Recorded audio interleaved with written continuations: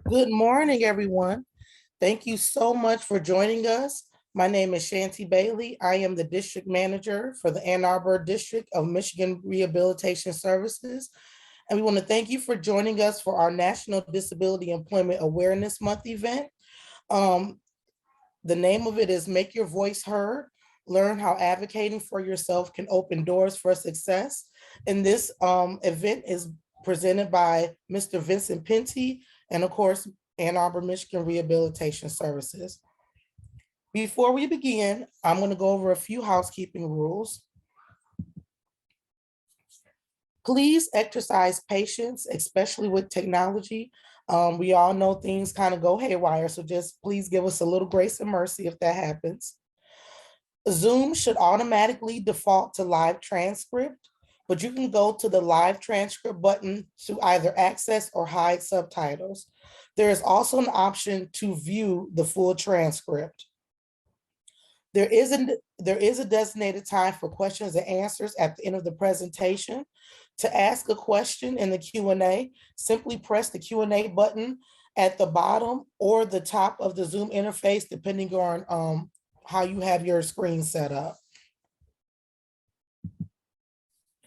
Captioning is also available by pressing the closed caption button inside the Zoom application and choosing Show Subtitles. At this time, I'd like to turn the event over to Vocational Rehabilitation Counselor Megan Lingris so she can introduce our speaker for this morning. Thank you so much. Thanks, Shanti. This is Megan Lingris speaking. I'm a counselor out of the Michigan Rehab Services Ann Arbor office. And thank you all for joining us today for the importance of self-advocacy, Make Your Voice Heard, featuring Vincent Penty as a part of Michigan Rehab Services National Disability Employment Awareness Month events. Self-advocacy is an important piece of the lives of individuals with disabilities as it relates to employment and many, many other aspects of daily life. Self-advocacy is having the opportunity to know your rights and responsibilities, stand up for them, and make choices about your own life. Self-advocacy allows people with disabilities to speak up for themselves. By doing these things, the quality of life for people with disabilities is vastly improved. The self-advocacy movement began in Sweden in the 1960s when a group of people with developmental disabilities drew up a list of requests about how they wanted services delivered and what they wanted from their service providers. Back then, what these pioneers did was a novel idea, but not anymore. Now, this idea has taken the shape of an international civil rights movement by and for people with disabilities. The self-advocacy movement emphasizes self-advocates speaking out for themselves and learning about their rights and responsibilities. Our speaker today, Vincent Penty, is an exemplary student at the University of Michigan and a fierce disability advocate. He was the recipient of the 2021 University of Michigan James T. Newbacher Award, an award presented to a U of M faculty, staff, or student for significant achievements in empowering people with disabilities and increasing the accessibility of programs and services to promote disability inclusion. Shortly after arriving on campus, Vincent worked to raise the profile of disability advocacy among student government and continues to work against ableism to develop a more equitable community. He sponsored and successfully passed a resolution within University of Michigan Central Student Government to create an internal scholarship for students working as personal care assistants. The program offers valuable experience to students going into healthcare and related professions. Vincent also called on university administrators to create a database of personal assistant jobs at the University of Michigan to ease the labor of recruiting individual personal assistants, a task that usually falls upon the individual with a disability. Without further ado, take it away, Vincent. Thank you so much for that a lovely introduction, Megan. I really appreciate it. And I just want to say good morning to everyone, friends, colleagues, and distinguished guests. It is with great pleasure that I have the opportunity to speak before you today in regards to the year of momentous achievements that Michigan Rehabilitation Services has undergone in ensuring that people who look like me have access to our natural born rights, to the pursuit of our happiness, our rights to seek opportunity within ourselves, and to reach out into the world as the fully integrated citizens we are. I would like to allow myself some time to introduce myself, who I am, and why the work that folks like you do every day, I just think is the most admirable work of our time. I am Vincent Pinty. I work part-time as a project coordinator and legal intern for the Michigan Elder Justice Initiative, and I'm a senior studying political science, Espanol, and English at the University of Michigan, with a hope to become a civil rights attorney, specifically advocating for disability justice. Why I care so deeply about the issue of disability justice is because I have spinal muscular atrophy type 2. I use a motorized wheelchair to get around. I have 24/7 personal care services, and I proudly oversee a team of 17 individuals who make up my care and support team, which has been the greatest endeavor of my life. People often look at me with a sense of pity or shame, and they wonder how on earth could I be happy? For crying out loud, can you imagine having 17 people milling about your house 24 hours a day with no privacy, with no off-limits conversations, with an eye on you at all times? Folks seem to believe that the mere presence of personal care assistants indicate a constant reminder of how dependent I am on others, a constant reminder of my disability, and somehow that my disability is wrong or off-putting. Somehow, to an outsider, my disability means that I'm a spectacle, a curiosity to others, a reminder of some natural flaw. Those people have it all wrong. There's one sense of pride that I get when I wake up every single morning and I immediately look at a magnetic whiteboard on my wall with the schedule of caregivers on it. Each morning I read their names one by one: Emma, Olivia, Caroline, Gianni, Daniel, Sarah, Shane, Stacy, Rachel, Lauren, and on until my eyes begin to well. Look at the family I have created. Look at the team that I am tasked with inspiring. And here they are, inspiring me each and every day. I take ownership of my staff because they represent to me something much different than a reminder of some uncomfortable fact of my life. But to me, they're a reminder of my entrepreneurial spirit, my ingenuity, and my ability to lead. Not only am I managing my classes, myself, and 2 jobs, but I am supporting and training a whole team of people for positions and programs that poke at the highest echelons of healthcare in America.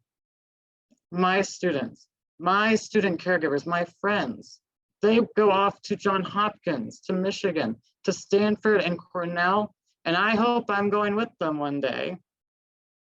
Michigan Rehabilitation Service Coordinators are ground zero of this operation.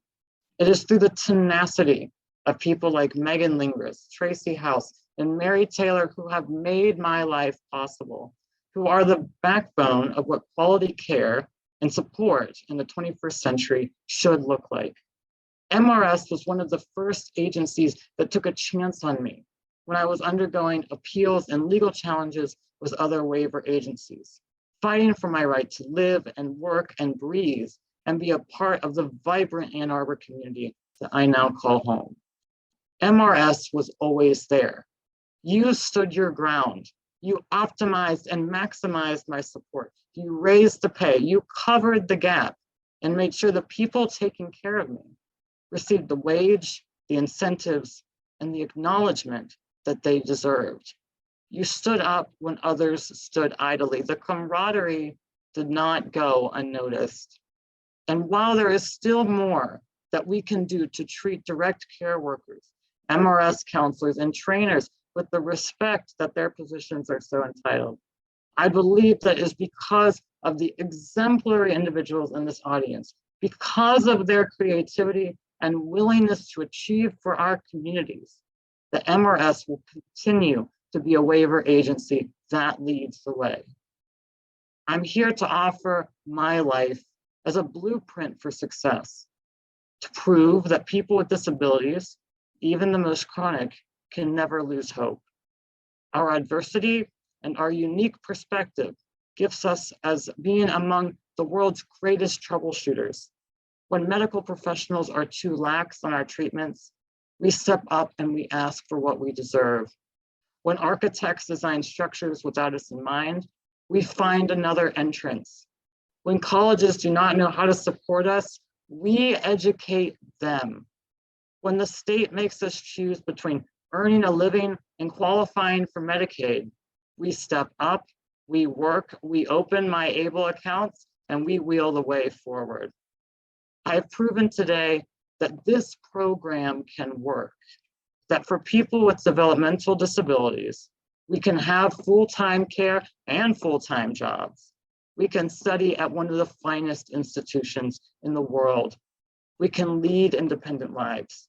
If we are determined, if we are patient with those who do not understand our gifts, and if we are so daring to look at the long odds of our life and run with them. Ed Roberts, the founder of the disability rights movement and the independent living movement, was one of the chief leaders that made state rehabilitation services possible and charted us on this newest frontier of civil rights. All of you, all of us are on the front lines.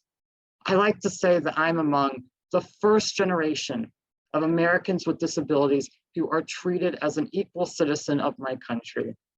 It has only been 23 years since the Olmstead decision. This war has not been won. We must continue the struggle to eliminate Medicaid wage caps, to end nursing home care as we know it, to resolve the caregiver crisis, to achieve equal opportunity in employment, to enter the highest halls of academia and public life. However, it is now truly within us to achieve those goals. Because of the people who drove wheelchairs before us, we owe it to them as much as ourselves. Know that I am always fighting for you and will be at your side. So get out there, do something that is meaningful to you. Find out what gift that you have that allows you to make a difference. The world needs your ingenuity, so you must share your genius. Thank you all. Thank you for your time. Thank you to the wonderful people at MRS, Megan, Elizabeth Shaw, Lisa Morell, my wonderful family, friends, and care staff. To all of you, I say my thanks. God bless you and God bless this great nation. Thanks so much, Vincent. We've left quite a bit of time for kind of some interactive questions. So if you have them, we encourage you at this time to place them in the chat or Q&A, and we will get to those. We do have some questions already, Vincent. The first, how were you able to develop your self-advocacy skills, and what qualities do you feel are the most important when advocating? Yeah, thank you for the question, Megan. So for me, I'd like to start with the second half of your question first. And I think I addressed it a little bit in the speech, but I think one of the most important factors of being a self-advocate is you must be patient. You must, and as hard as it sounds and hard as it takes, and it's something I have to remind myself every day, but people fundamentally don't know what it's like to live with a disability. And obviously each disability is different. And it takes a lot of patience to be willing to be calm and educate people and talk them through what your day-to-day looks like, to show them and tell them what your experience truly is. And once people start to understand the things that you're going through in your life, the way that you live your life is different than others, your lifestyle is different, then people will begin to want to work with you, will begin to understand where you're coming from, will empathize with your position. So I think that patience is a fundamental part of self-advocacy. And how I learned it was through a lot of, I was working with a lot of people, was working with, I've worked with over 50 caregivers since I've arrived in Michigan. And I always joke that I've had half the state of West Virginia help me use the restroom. So, because that's where I'm from, West Virginia, and now Michigan. So It's just really being willing to talk to people, be patient with them, and really try to say, they're coming from a place where they don't get it. They don't have a disability. We need to show them what our life is like and show them that we can also participate in everything that an able-bodied person can. Did that answer your question? Absolutely. And I think a big takeaway from that too is, ultimately, as an individual living with a disability, you're the expert on yourself and on your disability. And it's important, that you share your experiences for those involved in your life, and those who are providing that support and assistance.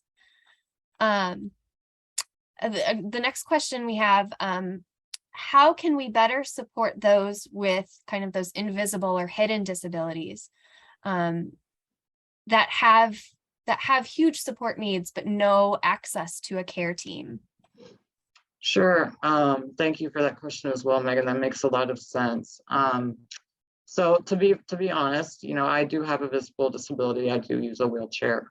So it is apparent. So I don't fully, fully come from that same experience of having an invisible disability, but that doesn't mean that some aspects of my disability are not invisible, and that some people don't fully understand what goes on in my day-to-day because they just see the wheelchair, but they don't see some of the other limitations that might exist. So, for people that don't have a care team, for people that have an invisible disability, I think trying to be very forthcoming with individuals that you're working with, again, having that sense of patience, that sense of honesty with other people to try to walk through your lived experience when you can, is good, but also making sure that you are becoming more comfortable with your sense of advocacy. And what I mean by that is that you are, becoming a self-advocate and becoming somebody that can fully explain your needs. It doesn't happen overnight. Unfortunately, there's a lot of challenges and learning through experience, and going through a lot of troubleshooting that goes to becoming a good advocate for yourself. And I think just doing what you can, pushing yourself each and every day to go a little bit further, to become a little bit more open with someone about your experience, becoming comfortable with that. I think that that's the most important thing, is just remembering that, whether your disability is invisible or visible, it's still valid, that people will still understand. It just might take a little bit longer to explain it to someone. Unfortunately, that's the way we are in society, is we're still not at that point where everybody is confident and comfortable with explaining their invisible disability, or people on the flip side understanding it. And I think that with time and with pushing yourself and with being honest, I think that slowly those barriers will erode. Does that make sense? Did I answer that question? Sure. Yeah, I think so. And I think a big piece of that too is knowing kind of what resources may be available to support, right? I think so oftentimes in our society, we think of disability and our brains automatically go to kind of the visible disability. And I think a lot of folks, maybe with those hidden or invisible disabilities, may feel like, these services or these supports aren't available to me or aren't meant for me. But I think identifying what resources are out there, whether it's support through DHS, support from a local Center for Independent Living, support through Michigan Rehab Services, knowing what those resources are, reaching out, to see if there are options or availability for that support for you. Sure. And just to add really quickly to that, Megan, I think that it also, just to clarify too, that people with invisible disabilities still can qualify for support services. They can still qualify. They can have a care staff, because a care staff isn't someone that's solely taking care of you physically, but say that you're having a day where, you're just really down, or you're really having a bad migraine or something, and you need someone to help you around the house. That's totally valid. That's something that people get help with all of the time. So, support services can qualify in a number of ways. They can mean a number of things for different people. So I agree with that completely, Megan. That's great. Yeah, individualization is really, I think, the primary driving force. So to kind of piggyback on that question, the next question we have is, what advice would you give to an individual with a disability who has difficulty advocating for their needs? I'm sorry, Megan, can you repeat the question? Sure.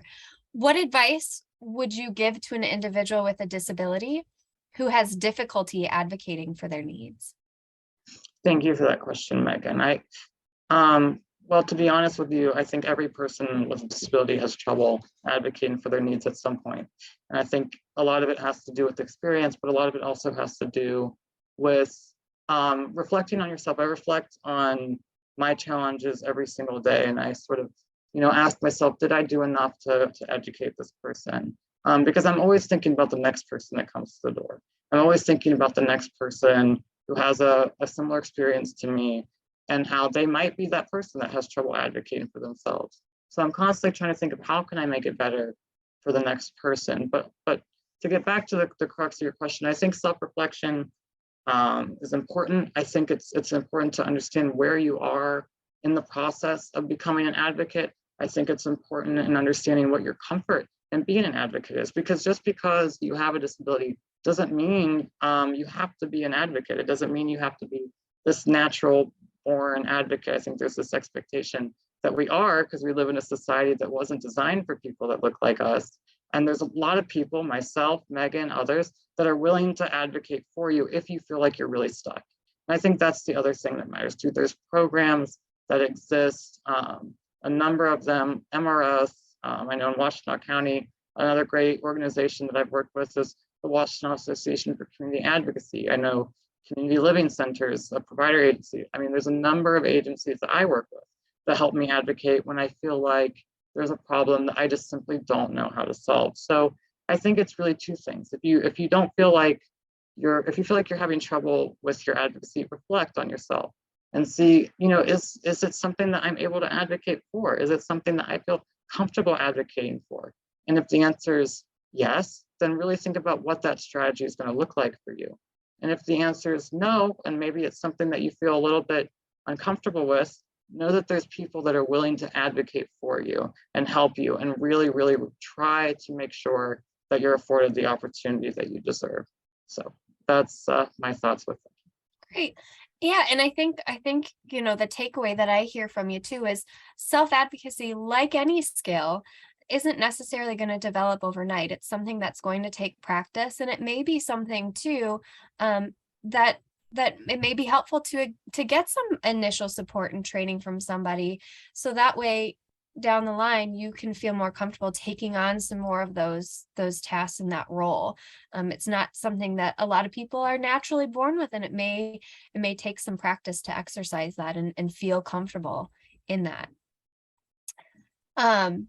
And then another question we have here, what issues related to disability justice do you feel are the most pressing?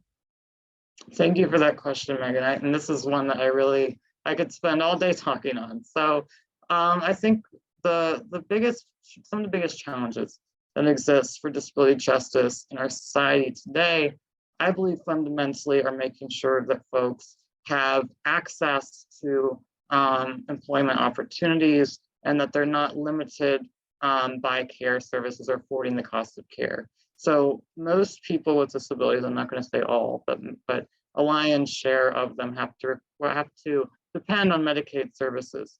But they also want to be a part of society. I mean, people have this tendency to think that folks with disabilities, they might not want to work, or they might not want to be employed, or they might not want to do something.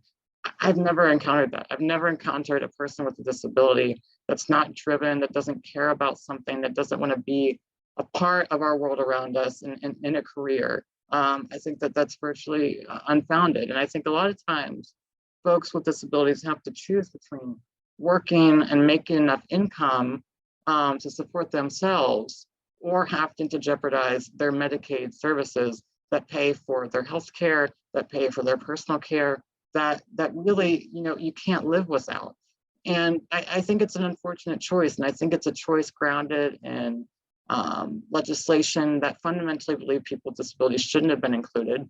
It was built in legislation that was pre-Olmsted, that was pre the ADA, that was pre the civil rights standards of our time. And I think Medicaid is very antiquated. I think we really need to work on reforming these policies to make sure that people with disabilities are at the forefront. I think that My Able accounts, something that MRS counselors are all very familiar with, something that I'm becoming more familiar with, are a starter at solving this challenge. But I fundamentally believe that people with disabilities have such typically and larger amount of cost for care that I think that we really need to put them in a separate pool so that they can have the chance to have all the health care that they need, but also have a chance to contribute to society in a way and not have to make those decisions between whether or not they can have a certain type of house or whether or not they can have a certain lifestyle or have to not be able to live. You know, I think that that's an inappropriate question to ask a person with a disability to choose between the two. And I think it's something that society asks of us every day. So I think at the crux, Medicaid reform is something that I care deeply about, but I think that there are a number of issues around disability justice that also need a lot of attention in terms of, you know, equal opportunity to employment, making sure people with disabilities have access to higher education and graduate level studies. I think that there's a lot of opportunity that we have here to work on disability justice. But I think that Medicaid is probably the issue that I hear impacts me the most and other folks with disabilities the most. Sure. Yeah. So definitely lots of legislative change needed. And also what I also hear is, you know, the importance of informed choice for that individual. Individuals knowing kind of what their options are. Maybe their entire lives that they've been told, well, I'm sorry, you can't work because you need to be able to maintain your Medicaid. Well, that's not true. We need to figure out what those options are, what type of work incentives are available, and how folks can access those work incentives. So in addition to some legislative changes that you know, that we can be pushing for, a lot of that too is also giving folks, you know, the information so that way they're able to make an informed choice. It can be tricky information for anybody to understand. And so really sitting down and going through with that individual, hey, here's what this actually means. Here's what your options actually are. It's not that you can't do that. It's not that you have to have one or the other, but here's what that would look like. Is that going to work for you? I agree with that completely, Megan. And actually, for the Michigan Elder Justice Initiative, where I work for, one of the forefront issues that we're trying to push Health and Human Services in Michigan to have is options counseling for each Medicaid recipient. It's something that's not required by law. It's not something that exists currently in the Medicaid program. And I think that that is a fundamental challenge because there is an incentive stake for some waiver agencies, unfortunately, to not show all their services. And a lot of times people won't know what they have what they should be having access to make their lives more equitable in society. So I think that options counseling is extremely important, not just for Medicaid, but also I think with what you guys are doing as MRS counselors, meeting with folks while they're in high school and helping them plan out their transition from school to public life. I think that that's fundamental for people with disabilities to realize their potential. Absolutely. We still have quite a few questions rolling in. Please, folks, feel free to continue to input your questions into the chat or the Q&A. We're checking them both. Really wanted to be engaging and answer your questions and feedback. Dale says, first, thank you for sharing your story today, Vincent. What can we do as a society to break down any stigmas related to those living with either visible or non-visible disabilities? Thank you for the question, Megan, and then also the individual in the chat, Dale. I think that there's a lot that we can do as sort of, you know, to help support people with disabilities and making them feel comfortable and confident that they are able to participate in society. And that doesn't mean just going out and rushing someone with disability and say, hey, you can be a part of society. I don't think that that's the way, but I think that, you know, treating people with disabilities with respect and supporting them and making sure that if they have an idea, if that they say, they, really, really enjoy working with clothing, that they should go work at a retail store, or if they really, really enjoy advocating, that they should try to maybe go to college and then law school. I mean, there are countless of opportunities that exist that people with disabilities can do, but we just haven't been under the impression for long enough to realize that we're able to be part of these programs, these opportunities. I mean, for an example, at University of Michigan's law school right now, there's not a single individual in a wheelchair. Now, that doesn't mean that there's not folks with disabilities. I'm sure there are, mostly probably with invisible disabilities. But I think that it does speak volumes to, and it is daunting for people with disabilities to look at programs and see that they're going to be the only person that lives their experience in those fields. And it can be very, very challenging to be the person in a classroom, solely speaking from your perspective without anybody else understanding what that perspective is or where you're coming from. And I think that it's important for the perspective of people with disabilities to be involved in every sector of economy and every job field, because I think that our ingenuity, our talent, I think it shines through everything else. So I think, to get back to your question, Dale, making sure that we encourage folks with disabilities to think hard about not their disability or the challenges that might be in their way, but to think about what they want to do in the world, and to really make them feel empowered to go out there, to be the only voice, and to bring more voices with them. And I think that's what it's about, more than anything. Did that answer your question? Did that answer the question? I think so. That sounds great. So it sounds like, too, one of the main keys in breaking down that stigma is community inclusion.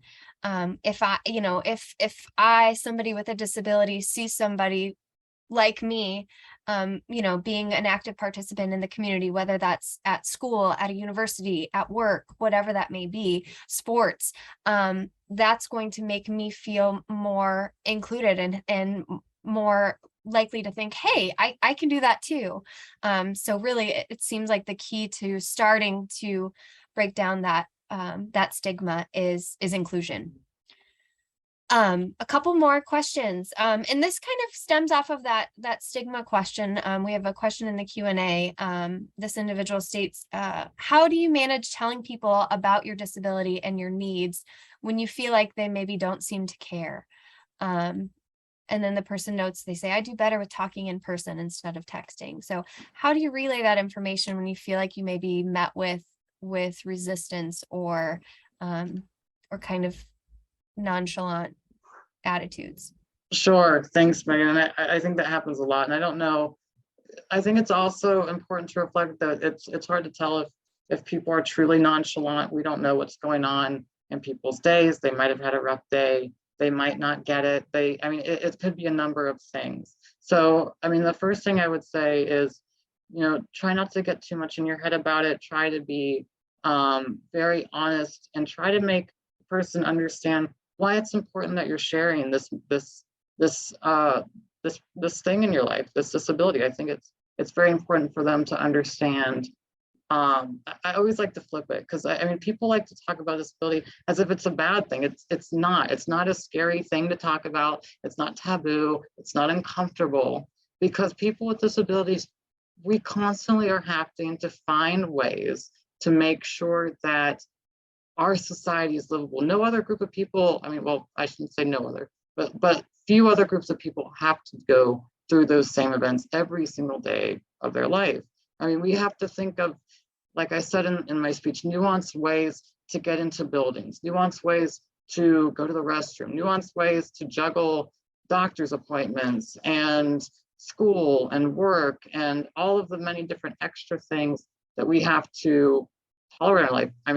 Legal system challenges. We're constantly, having to deal with things that other folks don't have to deal with. And with that experience, and with, the extensive time management, with the extensive creativity and finding solutions to the problems that you face, you bring an important sense of career traits to any job that you're going into. You're bringing a sense of responsibility. You're bringing in, again, a sense of time management. You're bringing in a sense of willingness to achieve despite overwhelming adversity. And I think that most employees are very impressed by your ability to do all of these other things that able-bodied people don't have to deal with, on top of being as qualified as other people entering into that same career. I think that they will be impressed, and if they're not, then I don't think that they're worth working for, quite frankly. So, I think it's being very honest and transparent with those individuals that you're talking to, realizing that you don't know what a person's going through. It might take a little bit longer for them to learn about the disability experience than others, but fundamentally, if you go about explaining disability as a strength versus disability as a weakness, they will appreciate how strong you are. I think that's great advice too, looking at it from, here's where I excel, and here's, how my disability has set me up for success. I'm a creative problem solver. I've had to come up with solutions that maybe other folks without disabilities haven't had to think about. And I think too, in your initial response, you indicated the importance of sharing with those individuals that the person with the disability may be speaking to, sharing with them about why this is important to you. Here's what my needs are. This is why it's important to me. And having that practice too. Maybe that means, repeating it to yourself, repeating it in a mirror, repeating it to a family or friend that you trust, to say, hey, I have this conversation coming up with my teacher, supervisor, whoever, boss, whoever it may be. Can I go through that with you? Can I spitball my speech off of you, or kind of what I'd like to say? Practicing that so you can feel more comfortable when it comes to having those interactions. And I think that your answer also answers one of the other questions that we had in the chat from Dave, who says, do you have any suggestions for helping those who are soft-spoken or less likely to speak up to be more vocal and assertive for self-advocacy? Anything you'd like to add to that? Sure. I think that some of the things that you said, Megan, add a lot to that. I think practicing is important. Experience talking through these things is important, and I really do think that that for folks with disabilities, that we do have options. I just want to continue to emphasize that not every person with a disability is going to have to be an incredible advocate. I mean, that's a skill set. I mean, some people are comfortable with that and some people aren't. We all have different skill sets.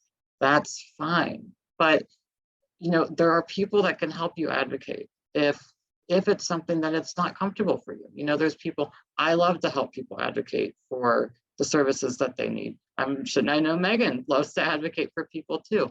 There's a number of people out there that are willing to either be someone that you can talk to and run through questions with, or if you want someone at the table there with you, helping you advocate, that is totally appropriate. That's awesome. That's fine. Because just because, I enjoy advocating, you might be incredible at painting. And I like to paint, but I'm not that great. So that's fine.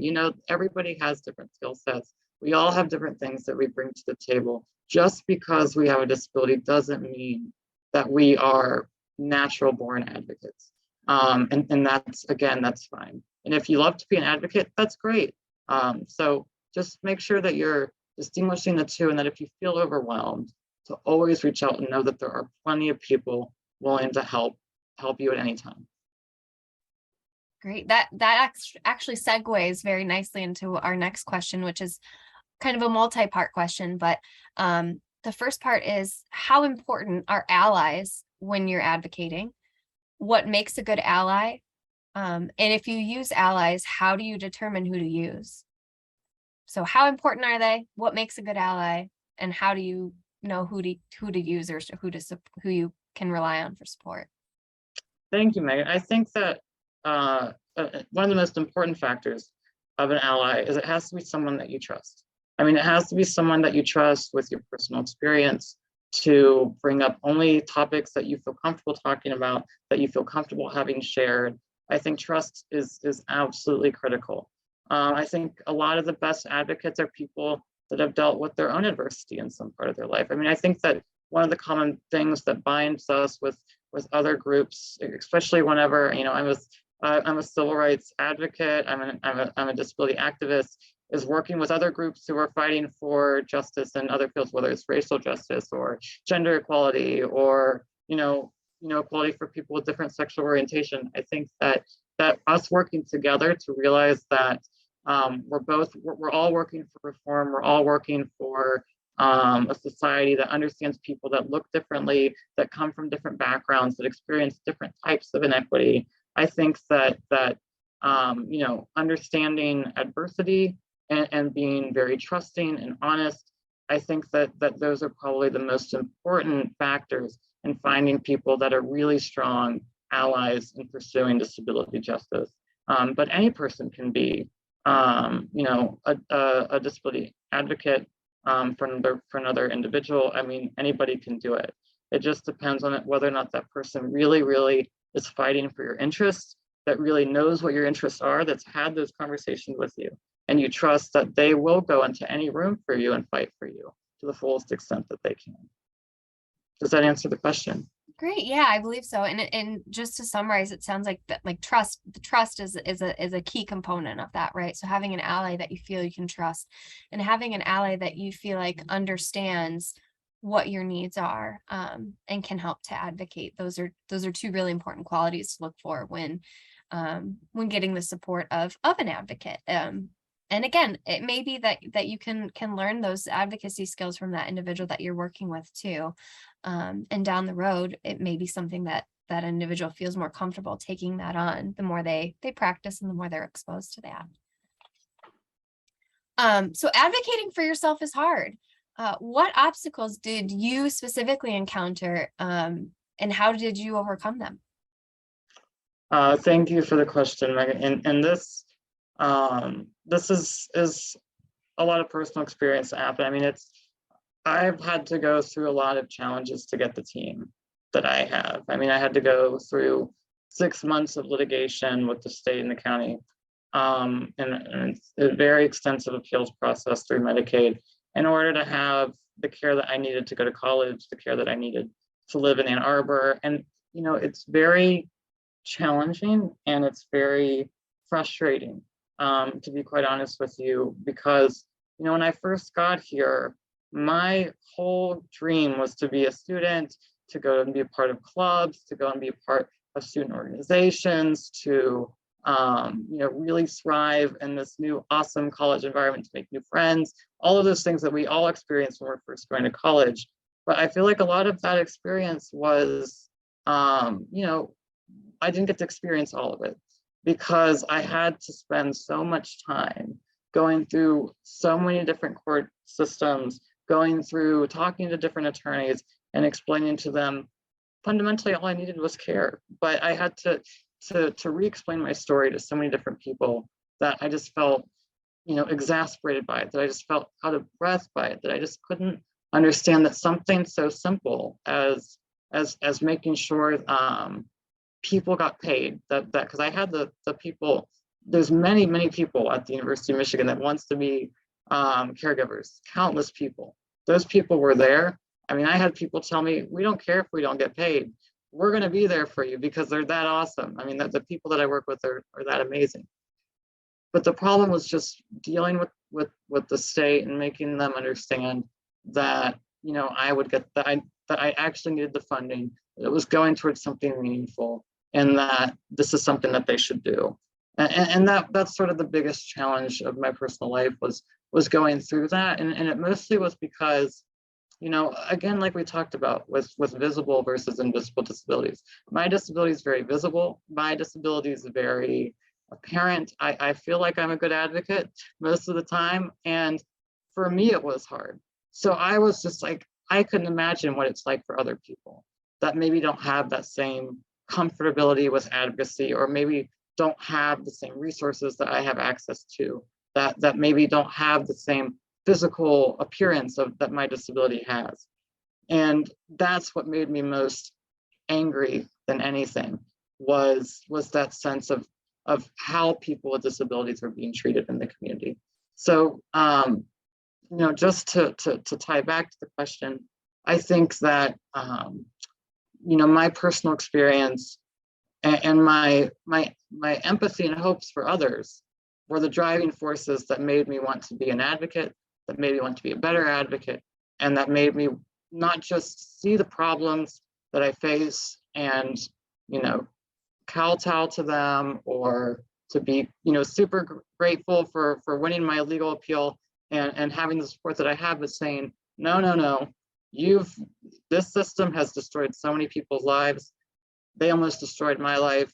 I'm not going to let this happen again. That was the foundation for me.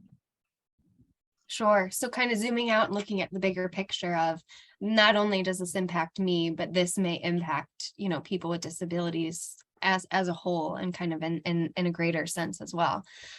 So there's a great question just kind of leading into that, and to follow up with that. So, there's a line between advocating yourself and becoming really frustrated.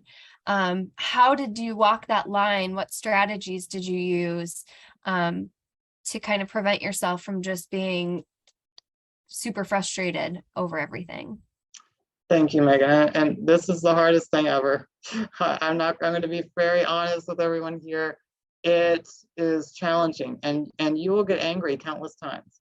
I mean, you'll be at times where you just want to be like, how can you not understand what I'm asking? How can you say the things that you're saying? And you just have to take a step back, gather yourself, remember your goals, and remember the people that you care about. Remember how important they are to you. Remember how important your own goals are for yourself. And no matter how hard it may be, being angry or being uncooperative with the people that at this point in time do unfortunately have power over us. I mean, people in the Medicaid system, people in positions of authority, they have a lot of influence.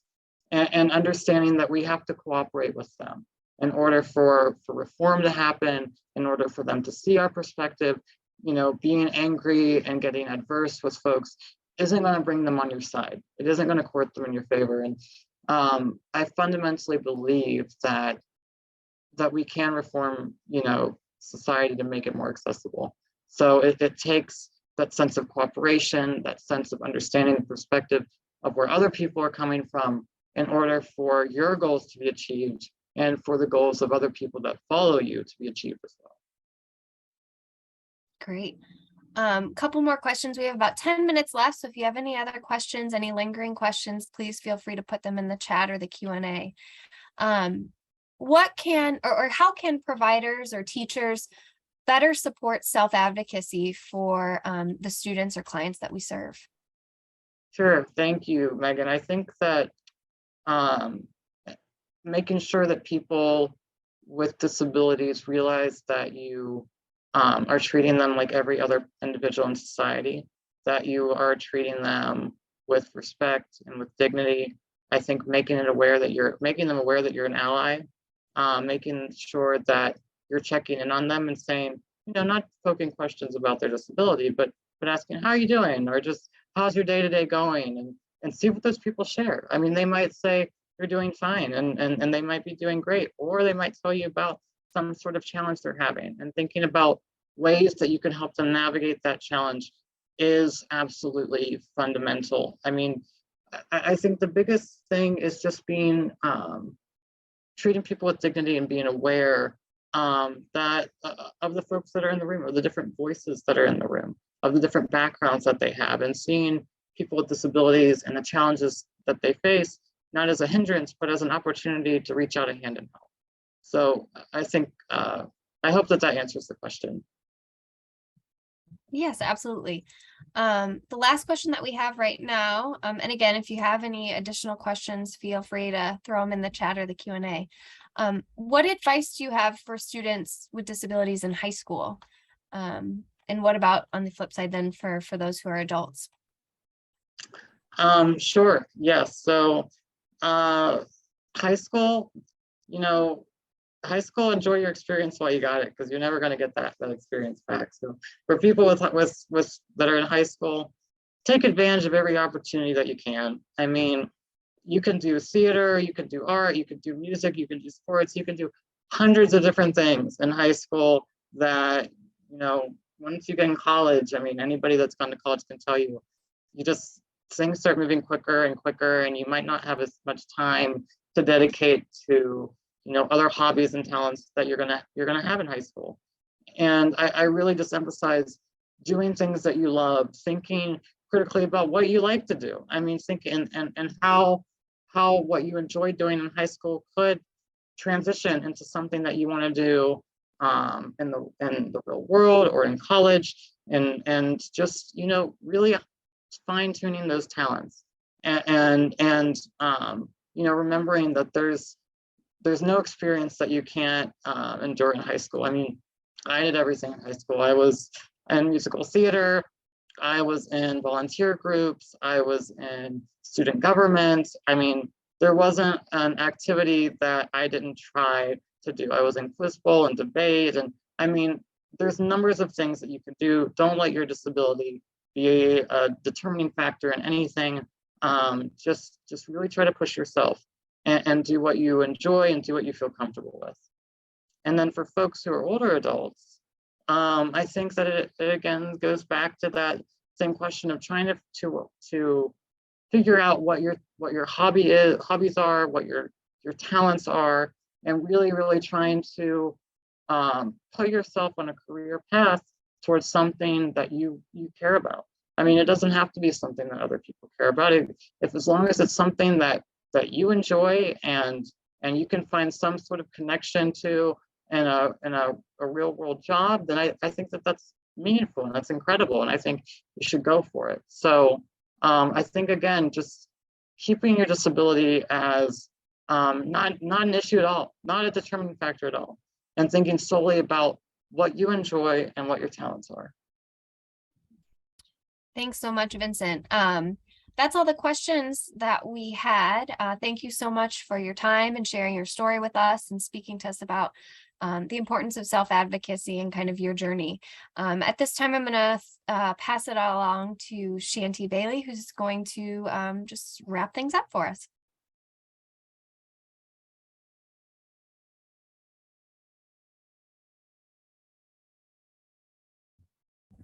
Hi, I want to take this opportunity to say thank you so much to you, Vincent. Your story is absolutely incredible.